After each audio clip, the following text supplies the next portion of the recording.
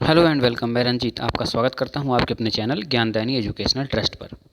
यहां पर हम देख रहे थे 1000 अति महत्वपूर्ण प्रश्नों की श्रृंखला, जिसमें से आज ये 17वां भाग है। यहां क्वेश्चन होंगे 481 से लेकर के 510 तक।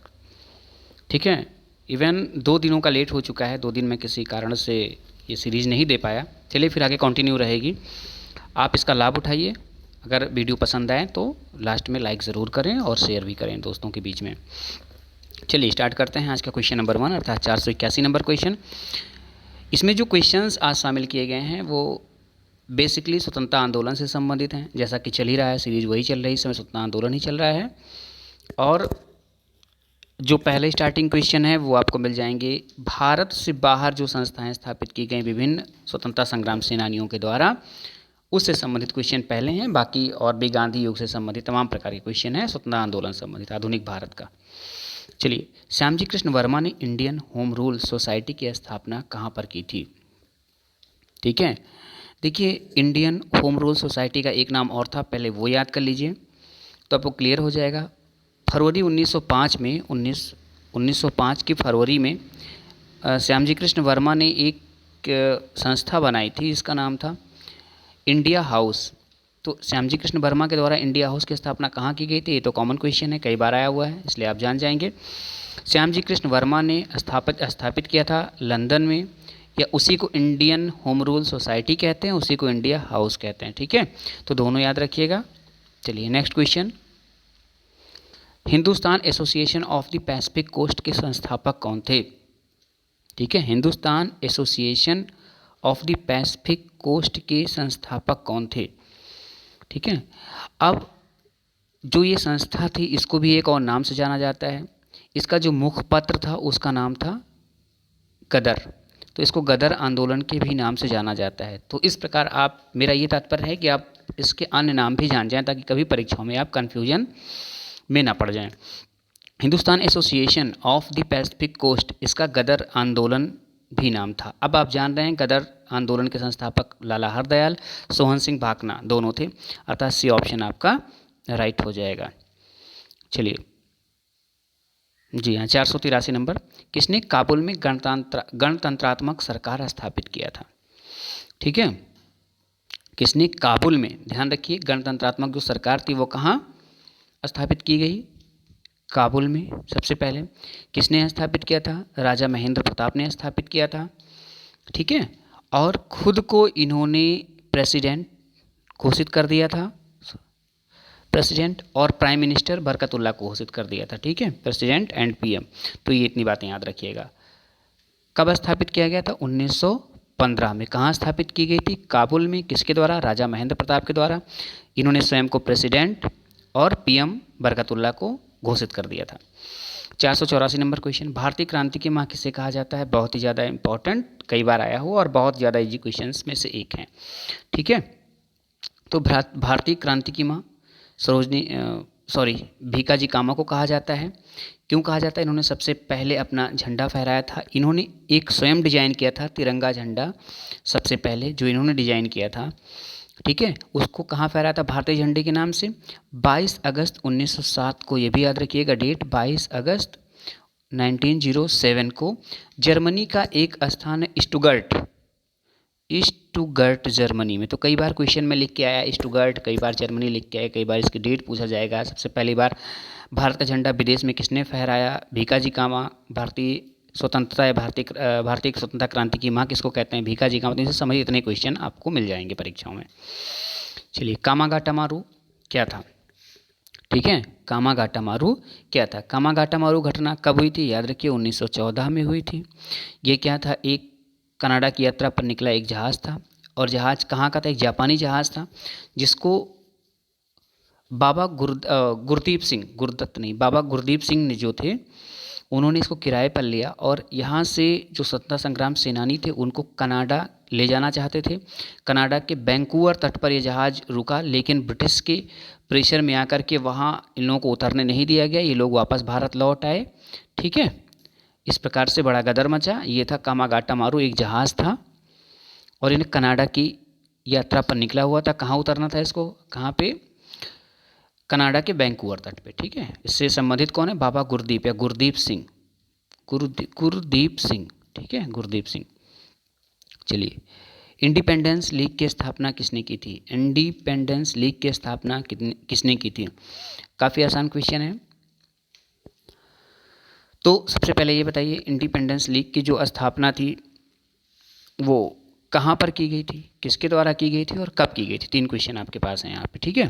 इंडिपेंडेंस लीग रास बिहारी बोस के द्वारा स्थापित किया गया, बैंकॉक में स्थापित किया गया, इसकी स्थापना बैंकॉक में की गई, और जून 1942 में की गई, ठीक है, जून 1942 में। तो यहाँ से इतनी बातें आप नोट कर सकते हैं।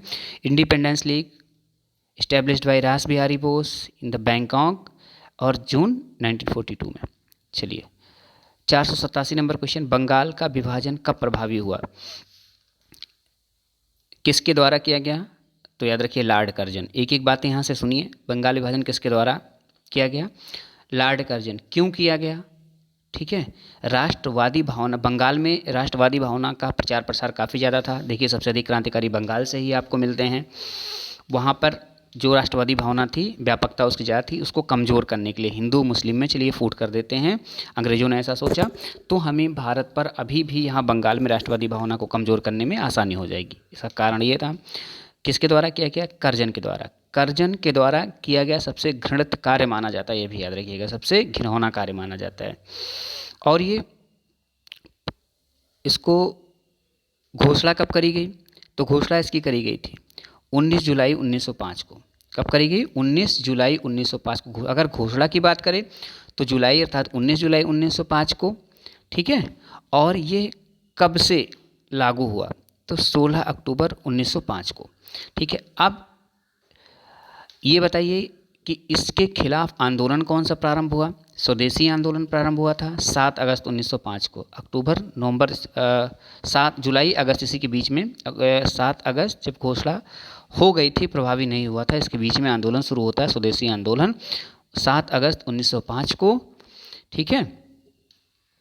और ये बताइए कि चलिए, हाँ, एक क्वेश्चन आपसे, चलिए मैं ही बता देता हूँ कि बंगाल का विभाजन रद्द कब किया गया। फिलहाल नेक्स्ट क्वेश्चन है भी, बंगाल विभाजन रद्द कब कर दिया गया? तो 12 दिसंबर 1911 को। 12 दिसंबर 1911 को कौन आया था? दिल्ली में दरबार लगाया गया था, किसके स्वागत करने के लिए? जॉर्ज पंचम और महारानी मेरी वहाँ पर आई हुई थी। उन्होंने उसी दरबार में घोषणा की कि बंगाल का विभाजन रद्द होता है, और वहीं पर दिल्ली को कलकत्ता के बाद नई राजधानी बनाने की घोषणा की गई। अर्थात दिल्ली को राजधानी बनाने की घोषणा कब की गई? 1912 में। और यह लागू कब से हुआ? बनी कब से? 1911 में घोषणा करी गई थी बंगाल विभाजन रद्द के साथ, और 1912 में दिल्ली भारत की राजधानी बन गई थी। चलिए, अब यहाँ पे सत्य कथन की पहचान आप करेंगे, ठीक है, सत्य कथन की पहचान करेंगे। 489 नंबर क्वेश्चन है, मद्रास में स्वदेशी आंदोलन का नेतृत्व चिदम्बरम पिल्लई ने किया। मद्रासी नाम ही लग रहा है, बिल्कुल सही है, ये याद रखिएगा। कई लोगों ने कई जगह पे किया हुआ था, ठीक है। स्वदेशी आंदोलन का नेतृत्व अलग अलग जगह पर अलग अलग लोगों ने किया था। दिल्ली में इसका नेतृत्व किसने किया था? सैयद हैदर रजा ने किया था। तो यह बिल्कुल सही है, अर्थात यहाँ पे ऑप्शन सही हो जाएगा सी, 1 और 2 दोनों, ये आपका ऑप्शन सही हो जाएगा। कुछ और चीज़ें आप नोट कर सकते हैं। बम्बई व पुणे अर्थात महाराष्ट्र के क्षेत्र में स्वदेशी आंदोलन का नेतृत्व तिलक ने किया था, वैसे भी आपको पता है तिलक बम्बई और पुणे से संबंधित है, महाराष्ट्र से। अजीत सिंह और लाला हरदयाल ने पंजाब तथा यूपी में किया था। और यहाँ से एक क्वेश्चन और आता है, देखिए याद रखिए, मद्रास चिदम्बरम पिल्लई, दिल्ली सैयद हैदर रजा, तिलक महाराष्ट्र के क्षेत्रों में, यूपी और पंजाब के क्षेत्रों में अजीत सिंह और लाला हरदयाल। ये इतना क्लियर हो गया। अब यहाँ से क्वेश्चन और आता है कि वंदे मातरम किस आंदोलन का शीर्ष गीत बना था, ठीक है। तो शीर्षक गीत बना था, तो वंदे मातरम इसी स्वदेशी आंदोलन का शीर्षक गीत बना था। तो इतनी इन्फॉर्मेशन यहाँ से आप याद कर सकते हैं, मेमोराइज कर सकते हैं। चलिए, 490 नंबर क्वेश्चन है, ब्रिटिश पत्रकार H.W. नेविंसन किस आंदोलन से जुड़े थे, ठीक है। तो ये गांधी जी के मित्र थे और स्वदेशी आंदोलन से ही जुड़े हुए थे। कौन सा बेमेल है? 491 में देख लेते हैं। गांधी जी के कुछ फार्म कई बार आपसे पूछे गए, कहाँ कहाँ पर स्थापित किए गांधी जी के द्वारा, तो इनको भी हम देख लेंगे और आप इसको नोट डाउन कर लीजिए। आपको कई बार सुमेल करने के लिए आ सकता है या कोई यूनिक लेके एक पूछ सकता है, या जिस तरह मैंने क्वेश्चन दिया ऐसा भी हो सकता है। तो यहाँ देख लीजिए, फिनिक्स फार्म डरबन में बनाया गया था, टॉलस्टॉय फार्म जोहान्सबर्ग, ये दोनों साउथ अफ्रीका में बनाए गए। ठीक है, साउथ अफ्रीका में बनाए गए फार्म थे पहले दोनों। सत्याग्रह आश्रम कोचरब अहमदाबाद में बनाया गया। वैसे भी सत्याग्रह आश्रम के बारे में आप जान रहे होंगे, कहाँ बनाया गया था, कोचरब अहमदाबाद। अहमदाबाद तो आपको क्लियर होगा सत्याग्रह आश्रम था इनका, लेकिन वो स्थान का नाम कोचरब था, ये भी नोट कर लीजिए। सेवाग्राम आश्रम उत्तराखंड में नहीं था, यही बेमेल है, ये वर्धा में था। वर्धा कहाँ पे है, महाराष्ट्र में, वर्धा महाराष्ट्र में था। ठीक है, और उत्तराखंड में कौन सा आश्रम था, अनासक्ति आश्रम, अनासक्ति आश्रम। ये दोनों बातें नोट कर लीजिए, सेवाग्राम आश्रम वर्धा महाराष्ट्र, अनासक्ति आश्रम उत्तराखंड। और सत्याग्रह आश्रम अहमदाबाद, कोचरब में, टॉलस्टॉय फार्म जोहान्सबर्ग और फिनिक्स फार्म डरबन में। ठीक है, यूएस साउथ अफ्रीका में। चलिए, महात्मा गांधी ने सर्वप्रथम भूख हड़ताल का प्रयोग कब किया था। ठीक है, सर्वप्रथम भूख हड़ताल का प्रयोग कब किया था, अहमदाबाद मिल मजदूर जो हड़ताल थी, आंदोलन था, उसमें किया था। ऑप्शन बी आपका राइट हो जाएगा। 493 नंबर क्वेश्चन, निम्न में से सबसे बाद की घटना कौन सी है, सबसे बाद की घटना इनमें से कौन सी है। देखिए, खेड़ा आंदोलन, अहमदाबाद आंदोलन, चंपारण आंदोलन। ठीक है, तो ऐसे याद कर सकते हैं, CAK केक टाइप का, तो ये 1917 में हो गया। ठीक है, ये भी 1918 में, और ये खेड़ा 1918 में। ए फॉर अहमदाबाद मिल मजदूर आंदोलन 1918 में, और जो खिलाफत आंदोलन था ये 1919 में हुआ था। सबसे बाद की घटना खिलाफत आंदोलन हो जाएगा। चलिए, 494 क्रांतिकारियों अराजकता अपराध अधिनियम कब पारित हुआ था। देखिए, थोड़ा सा नाम मैंने चेंज कर दिया है, जो कि इसका पॉपुलर नेम कुछ और था। क्या आप जानते हैं क्या था, चलिए मैं बता देता हूँ आपको। तो इसका जो पॉपुलर नाम था वो रॉलेट एक्ट था। क्या नाम था, रॉलेट एक्ट। इसको काला कानून भी कहा गया, बिना अपील, बिना वकील, बिना दलील का कानून कहा गया। ठीक है, ये रॉलेट एक्ट जो लाया गया था वो सिडनी रॉलेट, एक थे मिस्टर सिडनी रॉलेट। ठीक है, सिडनी रॉलेट, इन्हीं की अध्यक्षता में कानून लाया गया, इसलिए इसको रॉलेट एक्ट का भी नाम दिया गया। ये था किस लिए, क्रांतिकारियों में अराजकता अपराध। इसमें जो अधिनियमित क्या किया गया था, किसी को भी संदेह के आधार पर गिरफ्तार किया जाए और कब तक भी गिरफ्तार करके रख लिया जाए, इसीलिए कहा गया उसको कोई बचाव का मौका नहीं दिया जाएगा, बिना वकील, बिना अपील, बिना दलील का काला कानून इसको कहा गया। अब आपको पता चल गया होगा कि रॉलेट एक्ट कब अधिनियमित हुआ था, कब पारित हुआ था। तो 18 मार्च 1919 को पारित हुआ था। ठीक है, जब ये पारित हुआ तो तमाम लोगों ने तमाम सारी प्रतिक्रिया दी। इसी में सैफुद्दीन किचलू और किसको गिरफ्तार किया गया था, आप कमेंट में लिखिएगा। सैफुद्दीन किचलू के साथ एक और, जिनकी गिरफ्तारी के विरोध में जलियांवाला बाग में लोग, निहत्थे लोग, ठीक है, आराम के साथ शांतिपूर्ण सभा कर रहे थे, विरोध प्रदर्शन कर रहे थे, जिसपे जनरल डायर ने गोली चलवा दी थी। ठीक है, तो उसको नाम दिया गया जलियांवाला हत्याकांड। जलियांवाला हत्याकांड की डेट क्या है, ठीक है, आप बता सकते हैं। 13 मार्च है, और 1919 तो आपको बिल्कुल याद रहेगा, 13 मार्च 1919। उस समय भारत का वायसराय कौन था, ये आप कमेंट में लिखेंगे। ठीक है, भारत का वायसराय 1919 में 13 मार्च के समय कौन था, काफ़ी पॉपुलर है और कई बार का आया हुआ क्वेश्चन भी है। अब जलियांवाला बाग हत्याकांड का बदला किसने लिया था। लगभग 21 साल लग गए थे, ऊधम सिंह ने लिया था। ठीक है, ऊधम सिंह ने जनरल डायर को गोली मारकर हत्या कर दी थी, और जब वह पंजाब का गवर्नर था उस समय, कहाँ का गवर्नर था, पंजाब। ऊधम सिंह भी पंजाब से ही थे, जब पंजाब का गवर्नर था उसको उन्होंने गोली मार के हत्या कर दी थी। ठीक है, और कब हत्या करी थी, देखिए मैंने भी कुछ शायद गलत बताया था, 13 अप्रैल, फिर से देख लीजिए, शायद मुझे लग रहा है कि मैंने कुछ गलत बोला होगा।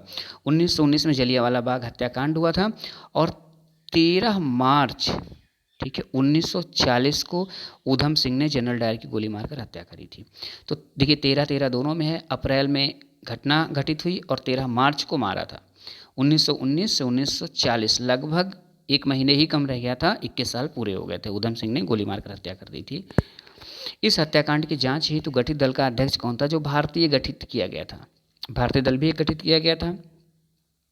ठीक है, तो यहाँ पे इसके देखिए कहाँ चलेगा question, Gandhi ji, C R दास, तो इसके अध्यक्ष जो थे दल के मदन मोहन मालवीय थे। ठीक है, इसके अन्य सदस्य लोग कौन थे? बदरुद्दीन तैयब, मोतीलाल नेहरू। ठीक है, ये सब लोग थे।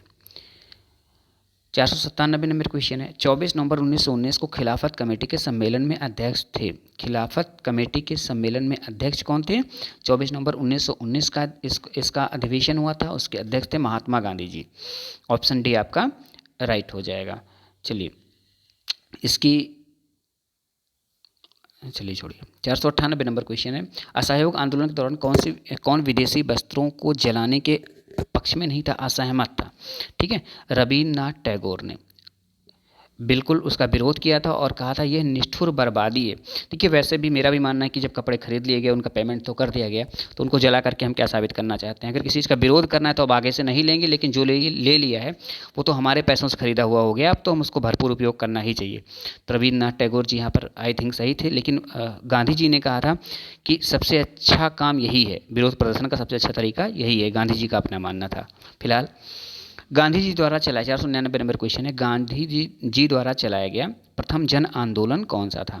देखिए प्रथम जन आंदोलन की बात हो रही है, असहयोग आंदोलन था। ठीक है, कब चलाया गया? 1920 में।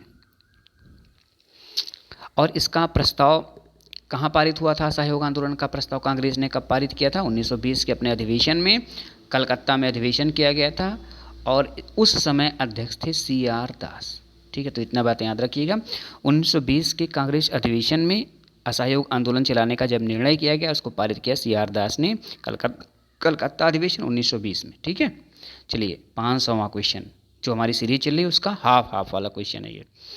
1908 में मुस्लिम लीग की लंदन शाखा के संस्थापक थे।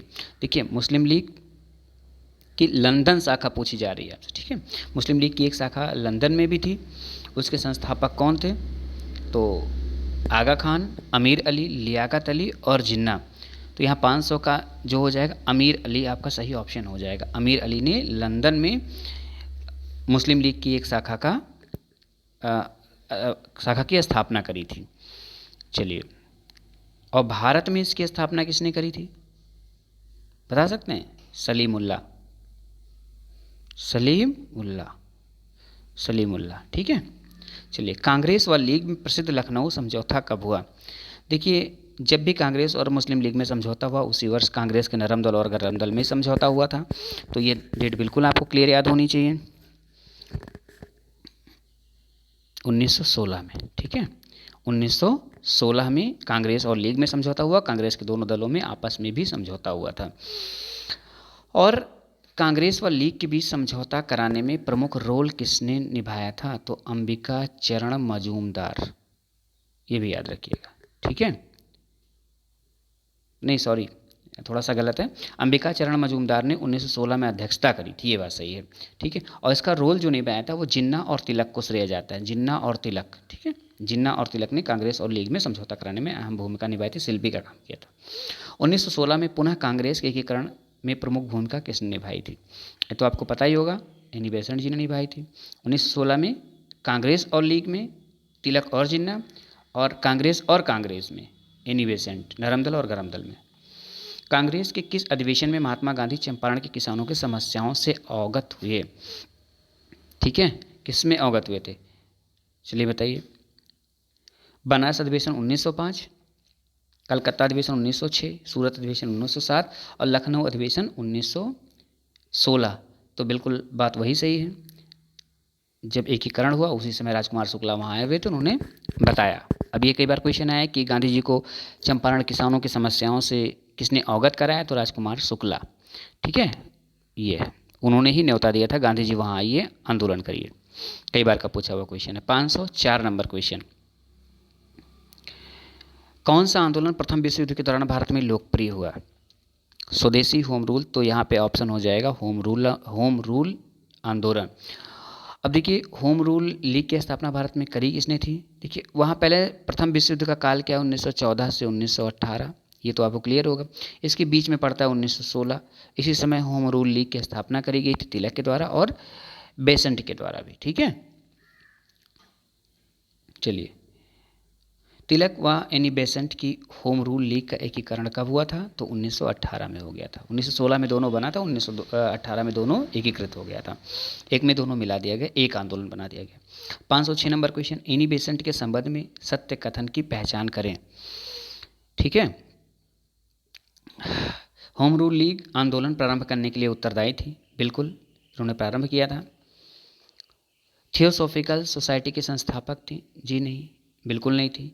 उसकी सदस्य बनी थी लेकिन संस्थापक नहीं थी। तो संस्थापक कौन था थियोसॉफिकल सोसाइटी का? चलिए आप कमेंट में लिखने का प्रयास करिएगा। एक बार आईएनसी के अध्यक्ष भी रही? बिल्कुल नहीं।